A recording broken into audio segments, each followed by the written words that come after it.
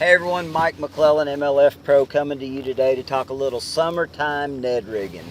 And Ned rigging is just kind of a general term that has got coined to a certain type of fishing, and it's a finesse fishing application.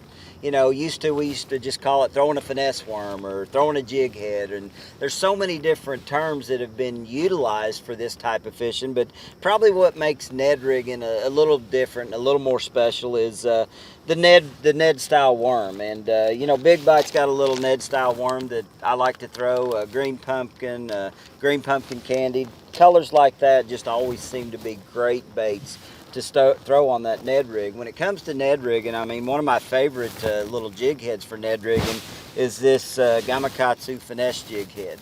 The beauty of the little Gamakatsu finesse jig head is the fact that it's got a spring lock system right below the lead, so when you rig that Ned rig worm on that spring lock system, it's going to stay on there. You're going to be able to catch multiple fish, not have to go through a lot of re-rigging. Comes in a variety of sizes, so when you're fishing summertime, you might want to increase the size, up to a 1/8 or a 3/16, a little bit bigger head that's going to allow you to fish this bait a little bit deeper in the summertime.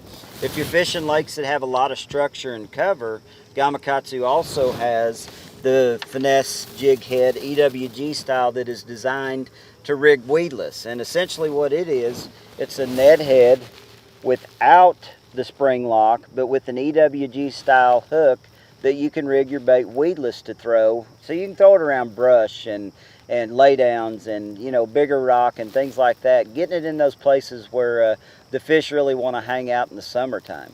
Like I said, Ned rigging is it's really a method that can be used year-round. And when I'm Ned rigging in the summertime, the key to it is you don't ever want to overpower a Ned rig. I mean, 99% of the time when you're throwing a Ned rig, you're going to be throwing a Ned rig on a spinning rod. I love the Falcon 7-foot finesse jig spinning rod to do it. I love the Bass Pro Shop 2500 or 3000 reel. And then I'm always going to throw my Ned style baits on braided line as my main line, and then I'm going to tie an FG knot to where I connect my Sunline leader to that braid. And the thing that this does is it just allows for a lot better feel. The braided line, the Sunline SX, is going to give you a lot better feel. I can use fluorescent braid, so I'm actually able to track my line better. I can see when that bait has hit the bottom, because that's one thing about Ned rigging is you're generally fishing it on much lighter heads than we would conventionally fish with a bait caster.